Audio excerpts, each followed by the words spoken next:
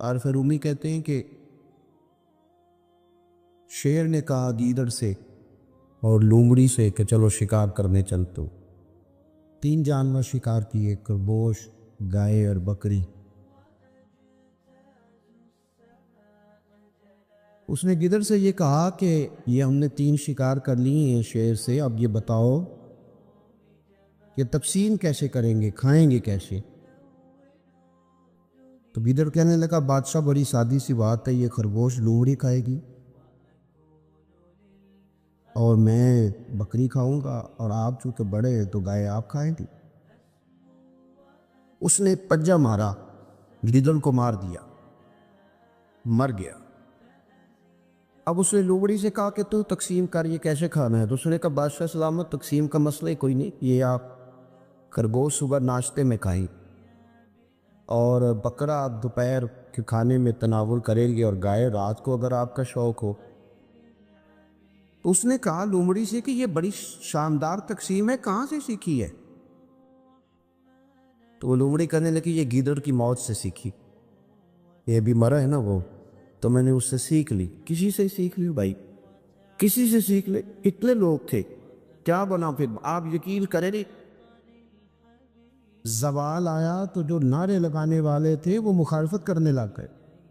چڑھے ہوئے سورج کی طرف کوئی آنکھ کھول کے تو دیکھے بھلا یہ دیکھنے دیتا ہے، لیکن جب عصر کے بعد زوال کا وقت ہوتا ہے تو لوگ چھتوں پہ چڑھ چڑھ کے گھورتے ہیں، لوگ دیکھتے ہیں۔ وقت زوال ہے نا، اب آنکھیں چندیادی نہیں، اب سب دیکھ، اپنی آپ کو اس غفلت سے باہر نکالے۔ یہاں کچھ لوگ شغل میں لگے ہوئے ہیں، صبح سے شام تک مذاق ہے، کچھ موبائل پہ لگے ہوئے، وہ سمجھتے ہیں کہ زندگی وہی ہے جو موبائل کے اندر ہے، باہر شے ہی کوئی نہیں۔ کچھ لوگ ایسے ہیں جو تعلقات بنانے کو لگے ہوئے ہیں، میرا فلانے سے بھی تعلق ہے، میرا فلانے سے بھی تعلق ہے، میں اس سے بھی، اس کو بھی روٹی کھلانا چاہتا ہوں، وہ اس کام لگے ہوئے۔ کچھ ایسے ہیں جو زمینیں جائیدادیں بنانے لگے ہوئے، تو وہ پیسے آ جائیں تو زندگی سکھی ہے، نہ آئیں تو وہ تکلیف لیں۔ ہم نے طرح طرح کی غفلتیں اپنی طبیعت پہ اوڑھ لی ہیں۔ ہمیں خبر ہے کہ ہماری کتنی نمازیں قضا ہو، ہمیں پتہ ہے کہ میں اگر تھوڑا سا شغل میلے سے نکلوں تو میں بہت سارے حقوق العباد ادا کر سکتا ہوں۔ ہمیں پتہ ہے کہ یہ وقت جو میں نے کپ میں لگا دیا اس میں میں پورا سپارہ تلاوت کر سکتا، ہمیں خبر ہے، لیکن اپنی اس غفلت کو توڑنے کو تیار نہیں ہوتے، باہر نہیں نکل غفلت، تو پھر تیزی سے وہ غفلت آگے کی طرف بڑھ رہی ہے، وہ پھیل رہی۔ اور اگر آپ نے سمجھنا ہے، نصیحت حاصل کرنی ہے، پھر ایک جملہ بھی کافی ہے، اور اگر کوئی شخص سمجھنا نہیں چاہتا تو پھر بحث در بحث ہے، پھر سوال در سوال ہے۔ وہ جی حقوق بھی بڑے ہیں، دنیا بھی رکھنی تھی، مولانا آپ بات تو ٹھیک کر رہے ہیں، پر بچوں کے بیاہ بھی کرنے تھے، تو اگر آپ بچوں کے بیاہ سے پہلے فوت ہو گئے، اگر آپ دنیا داری ایک ہفتہ بھی نہ نبھا سکے چلے گئے، تو ہر کام کے اندر اگر آپ غافل رہیں گے، ہر کام، تو درویش کہتے جو دم غافل سو دم کافر، سانو مرشد اے ہو پڑھایا۔ حضرت جنید بغدادی رحمۃ اللہ علیہ فرمایا کرتے تھے مجھے جوان بزرگوں کی ضرورت ہے۔ کن بزرگوں کی ضرورت ہے؟ جوان بزرگوں کی۔ حضرت صاحب جوان بزرگ کون سے ہوتے ہیں؟ تو فرماتے وہ جوانی، لیکن وہ اپنی عادتیں بزرگوں والی بنا ہے۔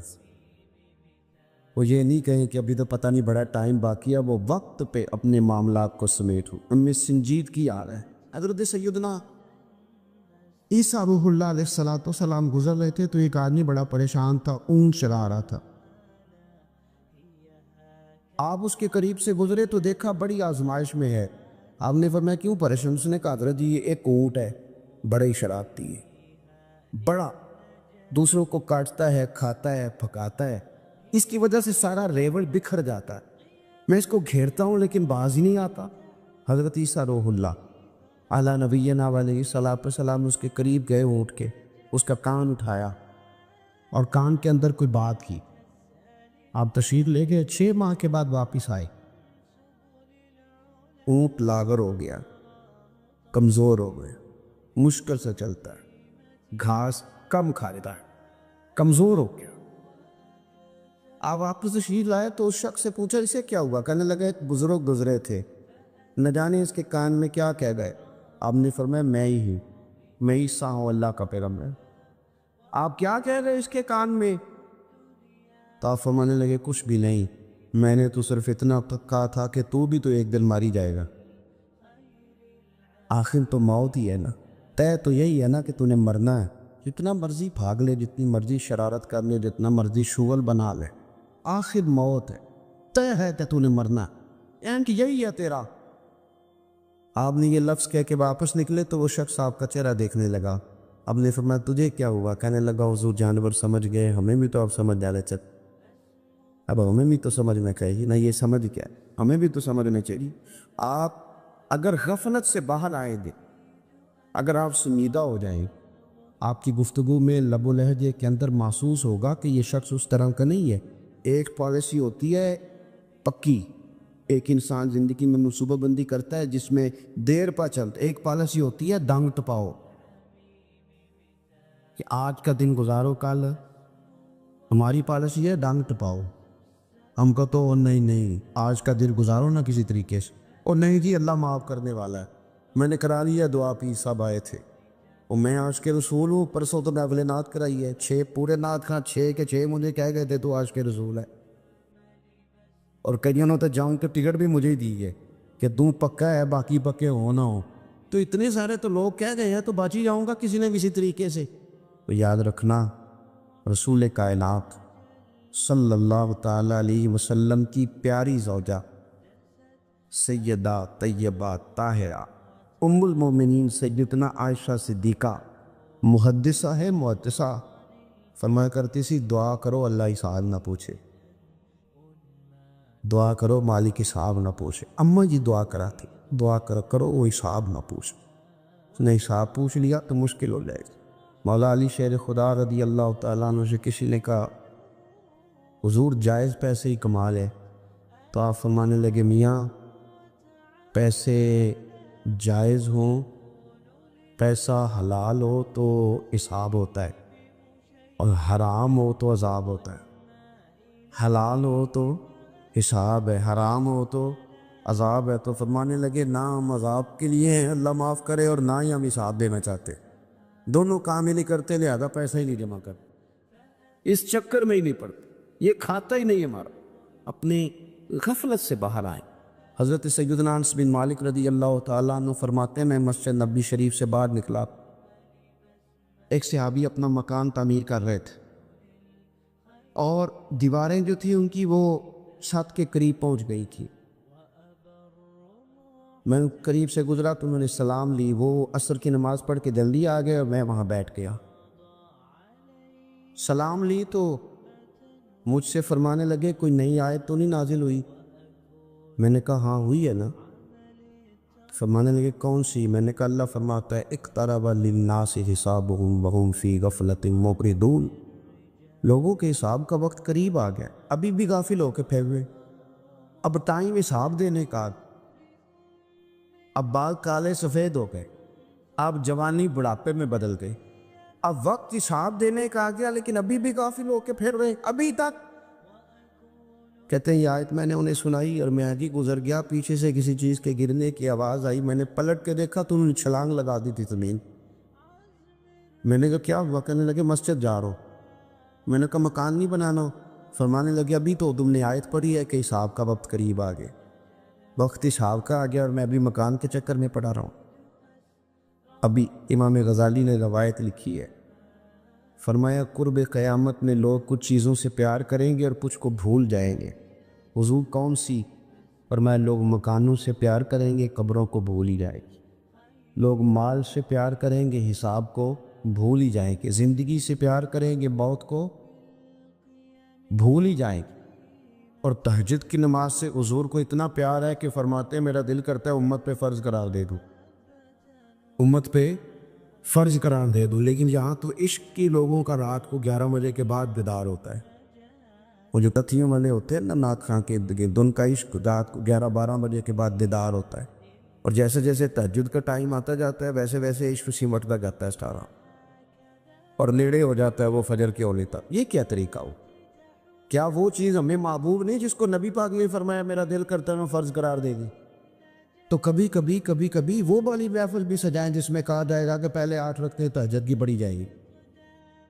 یہ بھی تو حضور کی چاہت ہے. تو عزیز بھائی اپنی زندگی کو غفلت والی نہ بنائے. بڑا ہو گیا شوگر ویلا، بڑی ہو گئی سیر سپاٹے، بڑی دنیا گھوم لی، ادھر بھی چلے گئے پیسے لگائے، ادھر بھی چلے گئے پیسے لگائے، بڑے ہو گئے فیشن، نئے سے نئے کپڑے اور نئے سے نئے ڈیزائن. سنجیدہ کب ہونا ہے؟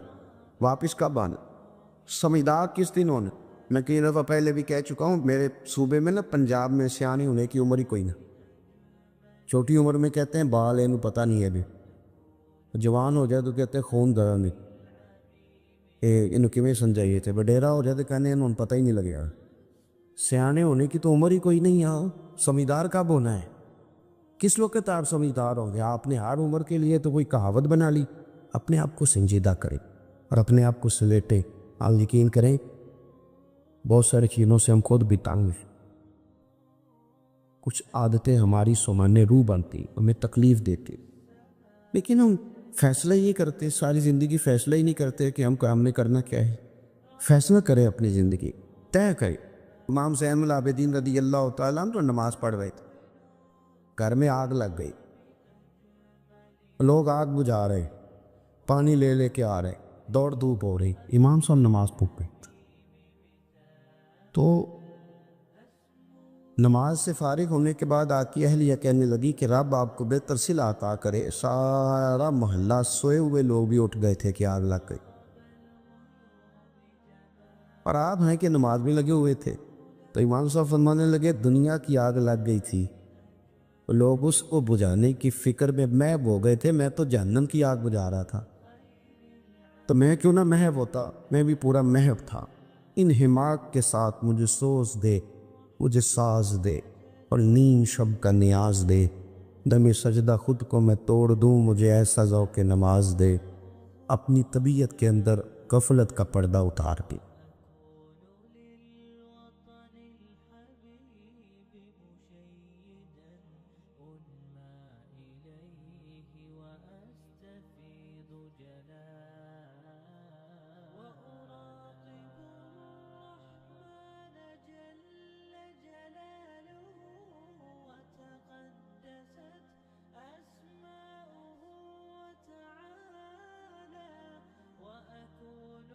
حضرت ابو ہریرہ رضی اللہ تعالیٰ عنہ فرماتے ہیں کہ جنگ کا موقع تھا تو سینکڑوں لوگ تھے جنگ کے اندر، تو فاقے کی کیفیت آ گئی. تو میرے پاس ایک ڈبہ تھا جس میں میں نے کھجوریں بند کی ہوئی تھی.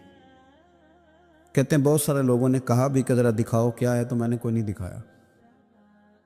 سارے بچے نہیں اپنا ٹفن کھولنے دیتے. ہاں، اور جو بچوں کو اسکول سے واپس آ کے شکایتیں ہوتی ہیں، ان میں ایک شکایت یہ بھی ہوتی ہے کہ ٹیچر نے میرا 3 دفعہ ٹفن چیک کیا ہے. یہ بھی شکایتیں ہوتی ہیں، سارے بچے نہیں کھولنے دیتے. فرماتے میرے پاس ایک ڈبہ تھا، اس میں کھجوریں تھیں. تو کئی لوگوں نے کہا بھی تو میں نے نہیں قریب آنے دیا. تو پھر مجھے رسول کریم صلی اللہ علیہ وسلم نے فرمایا ابو ہریرہ تیرے پاس کیا ہے؟ تو میں نے کہا حضور میرے ڈبے میں کھجوریں، اس برتن میں کھجوریں. حضور نے فرمایا ادھر لانا. کہتے ہیں میں لے کے آیا تو حضور نے فرمایا اسے الٹ. کہتے ہیں میں نے الٹی تو میں نے گنی تو 21 کھجوریں نکلی. ٹوٹل 21 کھجوریں. میں کہہ چکا ہوں کہ آج امت کا بڑا مسئلہ یہ ہے کہ دولت کی کمی نہیں، برکت کی کمی، انسانوں کی کمی نہیں، اتحاد کی کمی. آج ایسا نہیں کہ ہمیں باتیں نہیں ہیں، ہمیں سمجھ نہیں ہے. آج باتوں کی، سمجھ کی، اس کی کمی نہیں.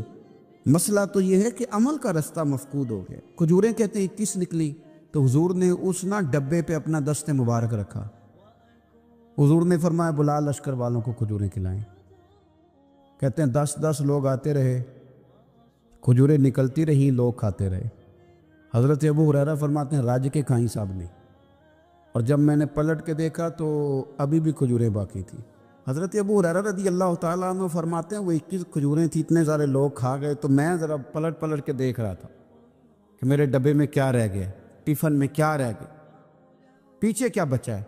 تو کہتے ہیں جب میری وہ کیفیت دیکھی نا بار بار دیکھنے کی، تو رسول کریم مسکرائے، اور حضور نے مسکرا کے فرمایا ابو ہریرہ پریشان نہ ہو، بس اسے کبھی الٹنا نہ، نکالتے رہنا اور کھاتے رہنا.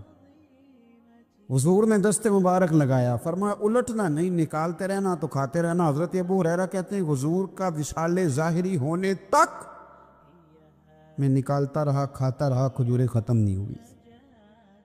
کہتے ہیں صدیق اکبر تخت پہ بیٹھے، وہ لوگوں میں کھولتا رہا، میں کھاتا رہا، وہ ختم نہ ہوئی۔ اب تنگی یہ داماں پہ نہ جا، اور بھی کچھ مانگ۔ کہتے ہیں دور آیا سیدنا فاروق اعظم کا، میں نے 12 سال، بتاؤ اس کے نیچے کون سا باغ لگا تھا کھجوروں کا، کون سا وہاں ڈیپو تھا جہاں سے سٹاک آ رہا تھا؟ بس ایک دست مصطفیٰ ہے نا جو لگ گیا ہے۔ یہ وجود اتنا متبرک ہے، اتنا برکت والا۔ حضرت ابو ہریرہ رضی اللہ تعالیٰ عنہ فرماتے ہیں سارا دور حضرت عمر کا میں نے کھجوریں نکالی اور کھائیں۔ فرماتے ہیں دور آیا سیدنا عثمان غنی کا، 12 سال کے لگ بھگ، 10 سال کے لگ بھگ، پھر وہ کھجوریں میں نکالتا رہا، میں کھاتا رہا۔ فرماتے ہیں حضرت عثمان غنی جس دن شہید ہوئے، میرے گھر میں چوری ہوئی، کیونکہ اس دن مدینہ منورہ میں حالات بڑے عجیب تھے۔ کہتے ہیں چوری ہوئی تو میرا وہ ٹفن بھی چوری ہوا، میرا وہ ڈبہ بھی چوری ہو گیا۔ فرماتے ہیں وہ چوری ہوا تو کھجوریں ختم ہوئی، ورنہ مجھے لگتا تھا کہ قیامت تک نکلتی رہیں گی اور لوگ کھاتے رہیں۔ سیدہ طیبہ طاہرہ حضرت عائشہ صدیقہ رضی اللہ تعالی عنہا کہتی ہے حضور کا نا سر میری گود میں، اور آسمان پہ تارے چمک رہے ہیں تو منظر بڑا خوبصورت بنا ہوا ہے۔ ادھر بھی چاند چمک رہا ہے، اور سب سے قیمتی اور کائنات کے سب سے عظیم چاند مدینے والے محبوب میری گود میں سر رکھے ہوئے ہیں۔ یہ جو آپ کے سوالات ہوتے ہیں یہ بھی سوچوں کی عکاسی کرتے ہیں کہ بندہ آج کل سوچ کیا رہا ہے۔ یہ سوال کتنی خوبصورتی اپنے اندر رکھتا ہے، اس کو ذرا محسوس کریں۔ کہتی ہیں میں نے پوچھا یا رسول اللہ صلی اللہ علیہ وسلم، یہ آسمان کے ستاروں کے برابر بھی کسی کی نیکیاں ہیں؟ یہ سوال ہی نیکیوں کا پوچھا ہے، یہ نہیں پوچھا کہ حضور فلانے بندے کے بارے میں کیا رہا ہے۔ حالانکہ بڑے لوگ تھے نا مخالفت کرنے والے، مکے میں کافر، مدینے میں کافر بھی، منافق بھی، مشرک بھی، یہودی بھی، لیکن جو سوال کیا وہ نیکیوں والا کیا، خیر والی باتیں ڈسکس کریں گے۔ میں نے آج تک نہیں ویسے سنا کسی سائنسدان نے بتا دیا ہو کہ ستارے کتنے ہیں، کسی نے بتایا؟ اب سیدہ عائشہ صدیقہ کا سوال بتاتا ہے کہ حضور کو پتہ ہے آسمان پہ ستارے کتنے۔ اور یہ جو بندے کی نیکیاں ہوتی ہیں یہ ساری ظاہر نہیں ہوتی، کچھ نفل بندہ چھپ کے بھی پڑھتا ہے۔ اس نے بس میں چڑھتے ہوئے اپنی زبان سے جو اللہ اکبر کے لفظ کہے وہ کس نے سنے؟ لیکن سیدہ عائشہ صدیقہ کا یہ پوچھنا کہ یا رسول اللہ آسمان کے ستاروں کے برابر کس کی نیکیاں ہیں، حضرت عائشہ کا عقیدہ واضح ہو گیا کہ یہ بھی ان کا عقیدہ ہے کہ حضور کو یہ بھی پتہ ہے کہ آسمان پہ ستارے کتنے ہیں، اس بندے کا بھی پتہ ہے جس کی نیکیاں آسمان کے ستاروں کے برابر۔ یہ نظریہ ہے، یہ سوچ ہے، یہ فکر ہے، یہ عقیدہ ہے۔ اور کوئی غیب تم سے نہاں ہو بھلا، جب خدا ہی نہ چھپا رہا، تم پر کروڑوں درود و سلام۔ اب سیدہ جو سوال پوچھ رہی تھی نا تو اس کے پیچھے بھی ایک لاجک تھی۔ ان کا خیال تھا کہ حضور نہ میرے ابا جی کی بات کریں گے۔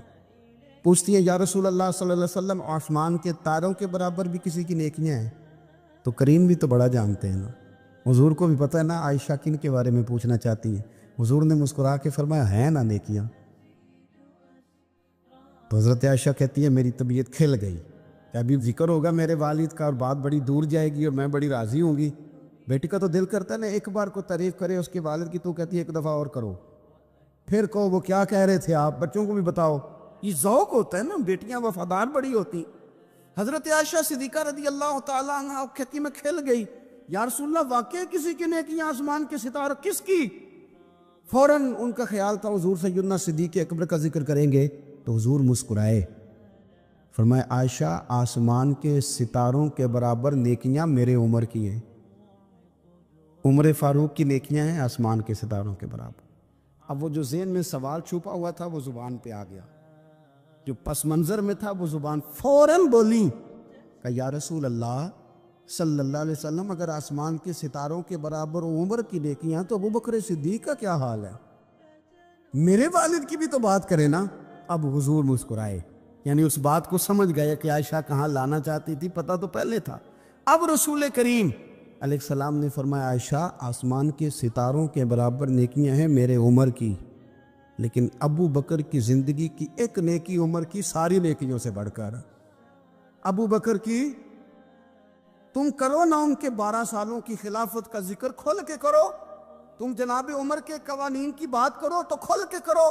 تم کہو کہ حضرت عمر نے انقلاب برپا کیا تو بالکل کیا، تم کہو کہ سیدنا فاروق اعظم رضی اللہ تعالیٰ عنہ نے دنیا کو امن کا، سکون کا، غیرت کا، جہاد کا، شوق کا پیغام دیا تو بالکل دیا، لیکن فرمایا یہ ذہن میں رکھ لینا کہ عمر کی ساری زندگی کی نیکیاں ایک طرف اور صدیق اکبر کی ایک نیکی ایک طرف۔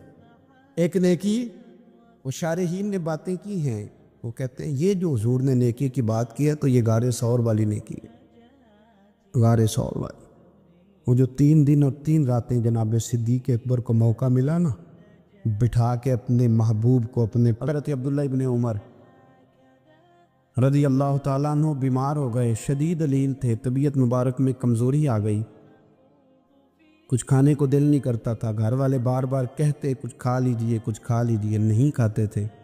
بالآخر اب حضرت نافع آپ کے غلام تھے، ان سے کہنے لگے کہیں سے مچھلی مل جائے نا تھوڑی سی، میں کھاؤں گا۔ تو کہتے ہیں میں سارے مدینے میں ڈھونڈتا رہا، مچھلی نہ ملی، اگلے دن بھی ڈھونڈی تو نہ ملی، تیسرے دن بھی ڈھونڈی تو نہ ملی، تو فرمانے لگے یار بس چھوٹی سی خواہش ہے، کوئی فرض نہیں ملتی تو رہنے دے۔ کہتے ہیں چوتھے دن مچھلی مل گئی، میں 1.5 دینار کی مچھلی لایا، لا کے حضرت عبداللہ ابن عمر رضی اللہ تعالیٰ عنہ کے سامنے جو مچھلی رکھی تو آپ نے لقمہ روٹی کا توڑا تھا، مچھلی کو لگانے لگے کہ دروازے پہ فقیر نے آ کے آواز دی کچھ کھانے کو دو، تو حضرت عبداللہ ابن عمر نے روک لیا اور ہنسے۔ کئی دفعہ دے ہم بھی دیتے ہیں پر ہمارا چہرہ دیکھنے والا ہوتا ہے، اتنے ہم غصے میں ہوتے ہیں دے دیتے ہیں، لیکن جو چھلوٹیں ہوتی ہیں نا چہرے والی وہ گنی نہیں جاتی۔ ہنسے، فرمایا دیکھو میرا اللہ کتنا قریب ہے، وہ مجھے بچانا چاہتا، اٹھا بار دیا جا کے۔ تو خادم اب حکم کا پابند تھا، وہ لیت اللہ تو کر نہیں سکتا تھا، وہ گیا اور جا کے دے آیا۔ فقیر جب سارے محلے سے آٹا اکٹھا کر لیتے ہیں تو پھر ایک جگہ جا کے بیچتے بھی ہیں، یہ دے آیا، وہ 2 گلیاں آگے گزرا تو میں پیچھے دوڑا گیا، میں نے کہا سچ بتا کھانی ہے کہ بیچنی ہے؟ وہ کہنے لگا جو بھی سبب لگ جائے کر جاؤں گا، آپ نے دے جو دی ہے۔ تو کہتا ہے میں نے اسے کہا کہ یہ 1.5 دینار کی میں نے خریدی تھی، اگر تو 2 دینار کی مجھے بیچ دے تو آج کل مچھلی مدینے میں مل نہیں رہی، تو میں اپنے آقا کو دے دوں گا، وہ یہی کھائیں گے، بیمار ہیں۔ تو کہنے لگا جی بسم اللہ، مجھے کیا اعتراض ہے، 2 دینار مل رہے ہیں، 1.5 کی مچھلی، اور 1.5 کی بھی کسی نے نہیں خریدنی تھی، اب تو پک گئی۔ فرماتے میں نے 2 دینار اس کو تھمائے، وہ مچھلی اس سے خریدی اور خرید کر کے میں لایا، لا کے حضرت عبداللہ ابن عمر کے سامنے دوبارہ رکھی تو فرمایا یہ کیسے آ گئی؟ میں نے کہا حضور 1.5 کی خریدی تھی اور پھر فقیر کو دے دی، اب اسی سے میں 2 دینار کی خرید کے لایا ہوں، آپ قبول فرمائیں۔ تو فرمانے لگے تم نے اچھا نہیں کیا، اب اس طرح کرو 2 دینار بھی اسے دے اور مچھلی بھی واپس دے آؤ۔ عرض کی حضور کیوں؟ فرمایا تم نے قرآن نہیں پڑھا؟ حضور پڑھا ہے، فرمایا رب فرماتا ہے لن تنالوا البر حتی تنفقوا مما تحبون، تم بھلائی کو اس وقت پہنچو گے جب اپنی پیاری چیز راہ خدا میں خرچ کرو۔ امام غزالی نے لکھا ہے، فرمانے لگے دے آ، تو وہ حضرت نافع کہتے ہیں میں دینے گیا، دے کے واپس آیا تو کچھ پریشان تھا کیونکہ مجھے بھی 4 دن ہو گئے تھے نا تلاش کرتے، تھوڑی تھوڑی طبیعت میں مایوسی تھی کہ اتنی محنت سے میں نے لایا اور آپ نے واپس کر دی۔ تو حضرت عبداللہ ابن عمر نے مجھے قریب بٹھایا، پھر مجھے تھپکی دی، فرمانے لگے پتر میں نے ویسے بھی کبھی جھوٹ نہیں بولا اور آج کل تو میں ویسے ہی بیمار ہوں، ٹائم ہی نہیں، وقت ہی نہیں، موقع ہی نہیں جھوٹ بولنے کا، میں تجھے سچ بتاؤں مجھے مچھلی کھا کے اتنا سکون نہیں ہونا تھا جتنی اللہ کے راستے میں خیرات کھا کے مجھے سکون ہوا۔ تو تجھے تو میری راحت سے غرض ہے نا کہ مجھے راحت کیسے ہوتی ہے، تو مجھے سکون ملا ہے راہ خدا میں دے، میں نفسانی خواہش پوری کر لیتا تو یہ میرا نفس کا پھر مجھ سے مچھلی مانگتا، پرسوں کہتا نہیں چھوٹے گوشت کی یخنی بھی چاہیے۔ ہم لوگ الجھ گئے ہیں، بہت بڑے قیدی ہیں اپنے آپ کے، بڑے قیدی ہیں، سارا دن اپنی خواہشات کی تکمیل میں بھاگے رہتے ہیں، بڑے بڑے سونے نوجوان، میں ان پہ تنقید نہیں کرتا، مجھے ان پہ ترس آتا ہے، جب میں رات کے اندھیروں میں انہیں ٹیلی فون لے کے چوکوں میں کھڑے دیکھتا ہوں تو مجھے رحم آتا ہے، میں کہتا ہوں دیکھو نفس کی خواہش کے پیچھے یہ کیا مثلاً آخر کیا ہے اس میں، ایک عورت کے پیچھے تباہ کر لیا اپنے آپ کو، یعنی زیادہ سے یہ کوئی مقصود ہے، یہ کوئی مقصد حیات ہے جس کو مقصد بنا لیا ہے؟ میرے عزیز بات کو سمجھ لیں، اتنا خوبصورت آدمی ہے اور اتنا اس کا اونچا قد کاٹ ہے، اور کیا کس کے پیچھے یہ بھاگا ہوا ہے؟ بڑا سمجھدار، دانشور، عقل مند آدمی، ذی روح بندہ، لیکن اس کا سٹیٹس آپ یہ ملاحظہ کریں کہ وہ 20-40 ہزار کی خاطر جھوٹ بولتا ہے، دھوکہ دیتا ہے، فریب اور فراڈ کرتا ہے۔ ہم اپنی نفسانی خواہشات کے پیچھے اس طرح بھاگتے ہیں کہ ہم اصل سے رہ جاتے ہیں۔ میری باتوں کی سمجھ آ رہی ہے آپ حضرات؟ تھوڑا تھوڑا کر کے، ایک ایک کر کے ان کی باتیں کم مانیں۔ ضروری تو نہیں نا کہ سویرے ناشتہ بازار سے اپنی مرضی کا تگڑا کیا، بازار سے لا کے پوڑیاں چنے بہترین کھائے، اور پوڑیاں چنے ابھی کھائے نہیں، شاپر میں ڈالے ہوئے ہیں، اور وہ لے کے ابھی آ رہا ہے، تو ساتھ ہی رستے سے گوشت بھی چھوٹا اچھا لگا تو 2 کلو وہ بھی لے آئے کہ پوڑیاں چنے کھاؤں گا اور دوپہر کے لیے گوشت پکاؤں گا۔ وہ پہلے یہ تو کھا لے صاحب، اس سے تو نجات پا لے۔ یہ پتہ نہیں ہضم ہوتا ہے کہ کچھ اور کرتا ہے تیرے ساتھ، لیکن وہ گوشت بھی ساتھ لے آیا۔ یعنی ٹیبل پہ، ناشتے کے ٹیبل پر بیٹھ کے فیصلہ ہو رہا ہوتا ہے کہ ہم نے کیا کھانا ہے، ہم نے کدھر جانا ہے۔ سنگیو یاد رکھو، باتوں کو سمجھو اور غور کرو۔ یہ تھوڑا تھوڑا کر کے جب ہم چھٹکارا حاصل کرنے کی کوشش کریں گے نا، چھٹکارا حاصل کرنے کی، کہیں جگہ سے، کس جگہ سے اگر آپ کو تنبیہ ہوتی ہے نا، تنبیہ، اس میں بھی بڑا مزہ آتا ہے۔ اس میں بڑا، ہمارے ایک بزرگ تھے، تو ایک دن نا میں گیا تو کہنے لگے الحمدللہ آج میں بڑے سکون میں ہوں۔ میں نے کہا جی وہ کیا ہوا؟ کہنے لگے میں اپنے آپ کو بڑا پیر صاحب سمجھنے لگ گیا تھا۔ تو ایک وابڈا کے کسی آدمی سے کام تھا، تو میرے ایک دوست نے مجھے کہا کہ پیر صاحب اس کو ٹیلی فون کر دیں، سنا ہے آپ کا عقیدت مند ہے۔ میں نے اس بندے کو ٹیلی فون کیا تو کہتا پیر صاحب میں عزت آپ کی بڑی کرتا ہوں پر یہ کام نہیں ہو سکتا۔ کہتے ہیں جب اس نے مجھے کہا نا تو کچھ بھی نہیں، تو مجھے بڑا مزہ آیا، ورنہ میرا تو نفس پھول گیا تھا۔ میں تو سمجھتا تھا کہ جو میں کہتا ہوں ویسے ہی ہو جاتا ہے۔ کہتے اس نے تھوڑا سا نا مجھے لیول میں کیا ہے، مجھے مزہ آیا۔ یہ لوگ نا اپنے اوپر بوجھ ڈالتے تھے، یہ تھوڑا تھوڑا پیچھے ہٹتے تھے، یہ سمجھتے تھے کہ اس طرح تمہاری تکمیل رہ جائے گی۔ صبح سے شام تک اگر اسی نفس کی باتیں مانتے رہیں گے تو خرابی کرے گا۔ دولت کا نشہ ہے بھائی، دولت کٹھی کرنے والا کسی جگہ سیر نہیں ہوتا، حسن کا نشہ ہے، حسن کا نشہ ہے۔ حضرت ابوبکر شبلی رحمۃ اللہ علیہ فرمایا کرتے تھے جو تیری بیٹی کو خوبصورت سمجھ کے اس کے ساتھ نکاح کرنے تھے اسے بیٹی نہ دینا۔ حضرت جی کیوں؟ فرمایا حسن تو تھوڑے دن کے بعد ختم ہو جائے گا، پھر وہ اس کی قدر نہیں کرے گا، وہ تو کہیں اور منہ مارتا پھرے گا۔ حضرت ابوبکر شبلی رحمۃ اللہ تعالیٰ علیہ کی بیٹی خوبصورت تھی، ایک نوجوان کہنے لگا میرا نکاح کر دیں۔ آپ فرمانے لگے پتر تو 1 مہینے کے بعد آنا، کر دوں گا۔ بڑی موٹی تازی خوبصورت صاحبزادی، تو حضرت نے اسے دوائی کھلائی، اسے پخانے لگ گئے۔ جو پخانہ کرتی ایک مٹکے میں سنبھال دیتے۔ تھوڑا وقت گزرا تو وہ ہڈیوں کا پنجر بن گئی، مہینے بھر میں دست اتنے آئے کہ کمزور ہو گئے۔ تو ابوبکر شبلی 1 مہینے کے بعد نوجوان کو بلایا، فرمایا ادھر آ تیرا نکاح کروں۔ بچے دکھائی تو وہ کمزور بستر پہ پڑی، فرمایا شادی کرنے لگا اس سے نہیں میں نے کرنی۔ فرمایا یہ وہی ہے؟ کہنے لگا جی نہیں۔ فرمایا تو کہتا تھا مجھے عشق ہے، کدھر گیا تیرا عشق؟ کہنے لگا حضرت صاحب آپ کیسی بات کر رہے ہیں؟ فرمایا ادھر آ۔ پھر وہ مٹکا جس میں گند رکھا تھا وہاں لے گئے، فرمانے لگے تیرا اس کے ساتھ عشق تھا، یہ ہے تیرا عشق۔ فرمایا اسے تو میں 4 دن روٹی کھلاؤں گا پھر تندرست ہو جائے گی، لیکن میں دیکھنا چاہتا تھا کہ تو میری بیٹی سے پیار کرتا ہے یا اس کے چہرے پہ آنے والی کچھ وقت کے لیے سرخی سے پیار کرتا ہے، اس لالی سے پیار کرتا ہے جو جوانی کے وقت بچوں اور بچیوں پہ آتی ہے۔ کس چیز کے دل دادا؟ یعنی کیا مطلب؟ نفس کی غلامی، سراسر غلامی، اور پلٹ پلٹ کے اور بڑے بڑے سیانے بندے چھوٹی سی خواہش کے لیے، بڑا سمجھدار بڑا سیانہ بندہ۔ میں ایک بڑے بزرگ عالم تھے، میں ایک دفعہ ملنے گیا تو پائے پکا رہے تھے، خود پائے پکا رہے تھے، تو وہ بڑے پیار کی بات ہوتی ہے نا جی، تو تہمت باندھی ہوئی اور بڑی جناب خستہ حالی، اور وہ پائے پکا رہے ہیں۔ تو میں نے ان سے کہا حضرت جی پائے تو کسی اور نے بھی پکا لینے تھے، آپ بخاری لے کے بیٹھتے، چلو میری طرح کا کوئی بندہ آپ سے استفادہ بھی کر لیتا۔ اب پائے آپ لائیں گے، پھر پکائیں گے، پھر آپ کھائیں گے، تو یہ تو 24 گھنٹے آپ کے اسی کام میں گزر جائیں گے۔ تو یہ چھوٹی سی خواہش کے لیے، میں کسی چیز کو حرام نہیں کہہ رہا، قرآن پاک کی جو آیت پڑھی ہے صرف اس کی تفسیر آپ کے سامنے عرض کر رہا ہوں۔ ہماری خواہشات ماں پالتی ہے، آپ کو نہیں پتا کتنے دکھ سہتی ہیں. میں ان ماؤں کو جانتا ہوں جو بیٹے کے حصوں کی مار بھی اس کے ابے سے کھاتی ہیں, مار کھاتی ہیں وہ. ایک خاتون ایک کان سے سنتا نہیں, میرے پاس ایک دفعہ آئی, کہنے لگی سٹ لگ گئی سی, کوئی دعا کر دیں, کیا کوئی وظیفہ پر ڈاکٹر کہتے ہیں ٹھیک نہیں ہو سکتے. میں نے کہا باجی صحیح بتاؤ مسئلہ کیا ہے. کہنے نہیں کچھ بھی نہیں, مسئلہ کیا ہونا ہے, پتر غلط نکل آیا ہے, اس کا باپ روز مارتا ہے, میں آگے گئی ہوں تو اس نے ایک تھپڑ میرے کان پہ مار دی, تو پردہ پھٹ گیا.